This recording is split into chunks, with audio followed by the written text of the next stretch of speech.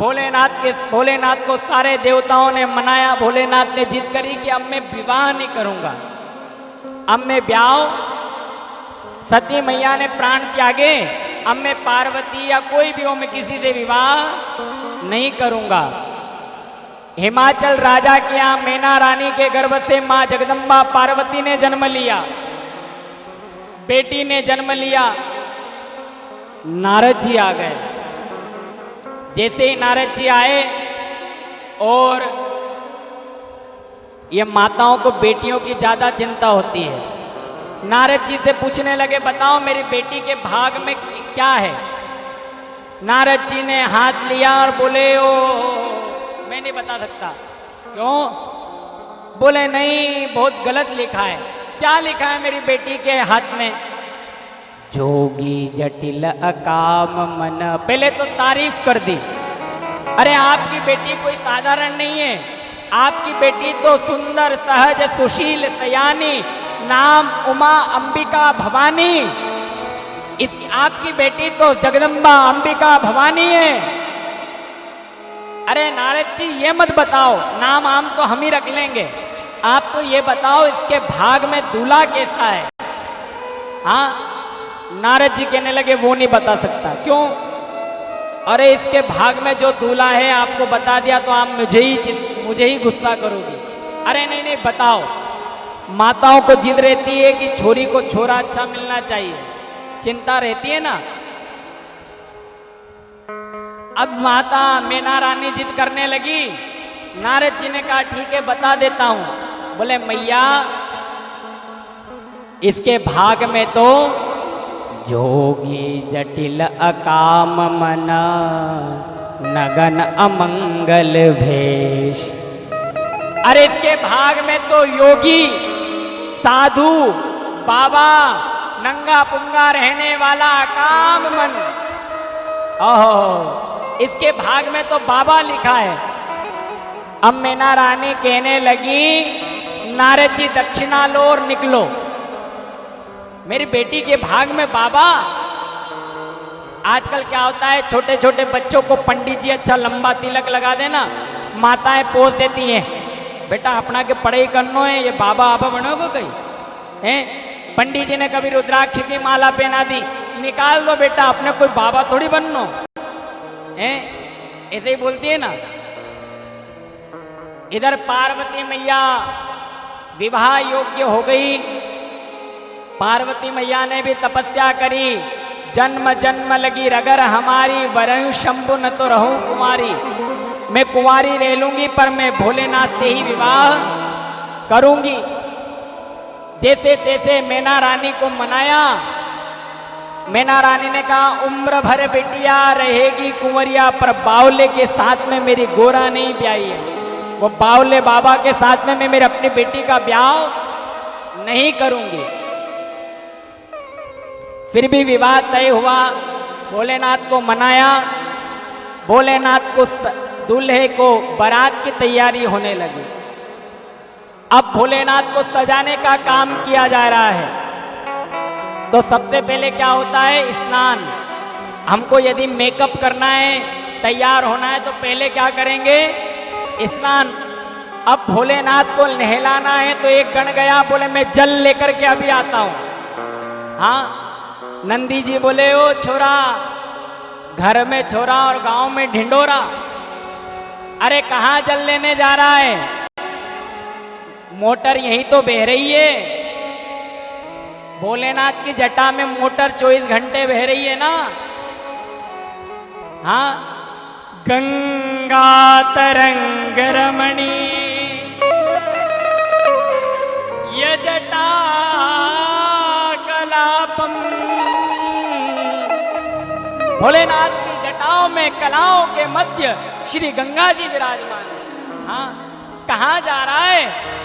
भोलेनाथ को गंगा जल से स्नान कराया।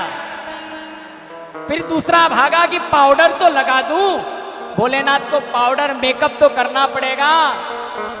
नंदी जी बोले भोलेनाथ ओरिजिनल पाउडर लगाते हैं। कौन सा? हाँ, थोड़ा जोर से बोलो। चिता भस्माले पो। कौन सा पाउडर लगाते हैं बाबा भोलेनाथ? चिता भस्माले पो करल मशनम दिक्पट धरो।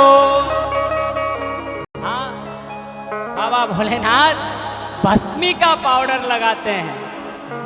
भोलेनाथ के ऊपर लाकर के भस्मी ढोल दी, देखो दूल्हा सज रहा है। भस्मी को जैसे ही भोलेनाथ के ऊपर ढोला, पूरे बाबा विभूति में हो गए। भोलेनाथ के कानों में कुंडल पहनाए।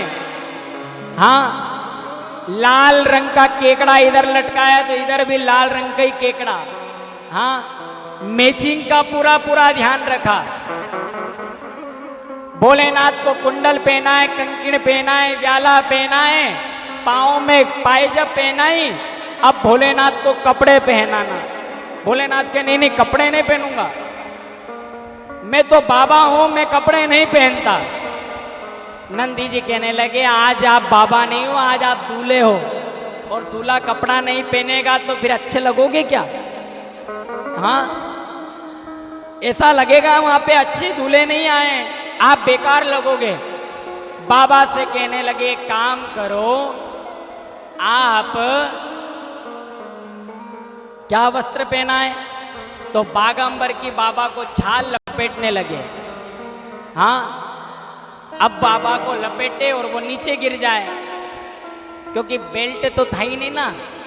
तो दुनिया का पहला बेल्ट बाबा भोलेनाथ ने लगाया, और दुनिया का पहला गेंद क्रिकेट खेला है कन्हैया ने। आगे कथा में सुनोगे। बाबा की कमर में बागांबर लपेटा, एक पतला लंबा सांप लाए और बाबा की कमर में बेल्ट लगा दिया। बाबा ने पहली बार बेल्ट पहना। अब बाबा के कमर से नीचे वो कपड़ा नहीं जा रहा है। सब लोग जैसे ही चले बारात लेकर के, ब्रह्मा जी विष्णु जी आए, और जैसे ही बाबा भोलेनाथ को देखा, अरे ऐसा दूल्हा।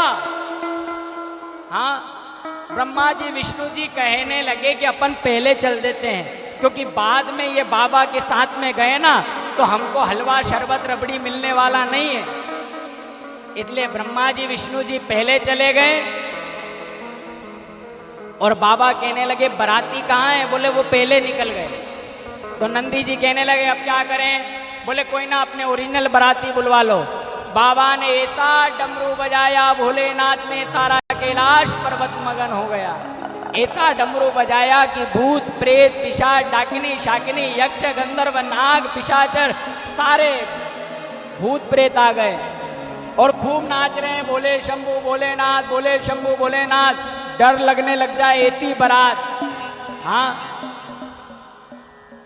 जैसी बारात लेकर के गए, ब्रह्मा जी विष्णु जी पहले पहुंच गए, तो हिमाचल राजा ने शरबत और हलवे की व्यवस्था की थी, मूंग का हलवा। जैसे ही बारात लेकर के गए, मूंग का हलवा शरबत लेकर के खड़े बारात के स्वागत के लिए। ब्रह्मा जी ने मूंग का हलवा लिया, नारायण भगवान शरबत पीने लगे। शरबत पिया, फिर नारायण ने मूंग का हलवा लिया, ब्रह्मा जी शरबत पीने लगे। इतने में ब्रह्मा जी कहने लगे नारायण जी थोड़ा जल्दी हलवा खा लो। क्यों? बोले ओरिजिनल बारात आ गई तो ये नहीं मिल पाएगा, ओरिजिनल बारात आने वाली है ना। इतने में एक कान के पास आया, हिमाचल राजा के यहाँ का व्यक्ति, क्यों दूल्हा आप ही हो ना? नारायण से कहने लगा। नारायण भगवान कहने लगे नहीं नहीं, मैं दूल्हा नहीं हूं, मैं तो बाराती हूं। बताओ आप, ये जगन्नाथ प्रभु की मूर्ति देखी आपने? ये श्रीमद् भागवत महापुराण के आगे ठाकुर जी बैठे हैं। सोचो आप, नाम है तेरा तारणहारा, कब तेरा दर्शन होगा? और जिसकी प्रतिमा इतनी सुंदर, वो कितना सुंदर होगा? जिसका धाम इतना सुंदर है, वो जगन्नाथ कितना सुंदर होगा। हाँ, सब लोग कहने लगे जिसके बाराती इतने सुंदर हैं तो दूल्हा कितना सुंदर आ रहा होगा। जैसे ही ओरिजिनल बारात आई, ब्रह्मा जी विष्णु जी तो पहले ही चले गए। ओरिजिनल बारात आई, बोले शंभू भोलेनाथ। सबने वापिस हलवा शरबत वापिस भर भर के हाथ में रख लिया था। जैसे ही ओरिजिनल बारात आई, जैसे दीपावली पे रॉकेट जाते हैं ना, जिधर मुंह करके जला दो उधर। ऐसे ही लोग भागने लगे, सारे गण कहने लगे भूत प्रेत हो भोलेनाथ, देखो कैसा स्वागत कर रहे हैं हमारा। भोलेनाथ कह रहे हैं ज्यादा मत बोलो, कितने अच्छे हैं ये भी तो देखो हमारे ससुराल वाले। क्यों? अरे बोले भोले वो चले गए हो पर मूंग का हलवा और शरबत रख के गए हैं, अपने अपने हाथ से उठा लो। हाँ, सबने पाया। ऐसा वर्णन आया है रामायण में, ब्रह्मा लीला चल रही है। भोलेनाथ से एक गण ने कहा कि जनवासा कहाँ दे। भोलेनाथ ने एक लंबी नाक वाले भूत को बोला, जब वो खिड़की खुली है वहां पूछ के आ। वो लंबी नाक वाला भूत गया, खिड़की में नाक लगाई और पूछने लगा क्यों हम रुके कहाँ। इतने में डर के मारे उसने खिड़की लगा ली, नाक कट गई उसकी वहीं। वो आया, भोलेनाथ ये तो नाक काट रहे तुम्हारे ससुराल वाले। एक गया हिमाचल राजा के यहाँ का अंदर दौड़ करके पत्नी से बोलने लगा बच्चे कहाँ हैं। बोले तुम्हारे साथ ही तो गए थे। अरे उनको अंदर बुला ले, मर जाएंगे, भूत आए प्रेत आए हैं। ऐसा वर्णन आया रामायण में। पूरा विस्तार से तो हम भी नहीं बता पा रहे हैं, आपको समय अधिक हो चुका है। ऐसा लिखा है रामायण में, जो जियत रही बरात देखत, जो जियत रही बरात देखत, जो जिंदा रहेगा वही बारात देख पाएगा। भोलेनाथ ने कहा चिंता मत करो, अपने तो हर गांव में जनवासे हैं। कहाँ रहते हैं भगवान? हाँ, श्मशानेश्वा क्रीडा स्मरहर पिशाचा सहचरा। भगवान का जनवासा है, शमशान में भगवान ने जाकर के जनवासा दिया। समाचार भिजवाया, मैना रानी को समझाया चिंता मत करो, बाबा स्वयं भोलेनाथ है, आपकी बेटी सुखी रहेगी। हाँ, ऐसे ही बोलते हैं ना, किसी का संबंध कराना हो, अरे हमारे भरोसे कर दो सुखी रहेगी। हाँ, बाद में उसको दुख मिले तो वो पता ही नहीं चलते रिश्तेदार कहाँ गए। बेटियों को धन दे करके नहीं देना है, हमको तो संबंधियों की बुद्धि देख करके देना है। संबंधी कैसे होना चाहिए? जिनकी एक जैसी बुद्धि, उनका नाम समधी। याद रखना माताओं, हम पैसा देख करके बेटियों को देते हैं। और ये विशेष कड़वी बात है, अमीर लोगों के घर में जितनी बेटियां खुश नहीं होगी, वो गरीब की कुटिया में देख लेना, बेटी चकाचक आनंद लेती है, उसको कभी जीवन में संकट नहीं आता है। हाँ।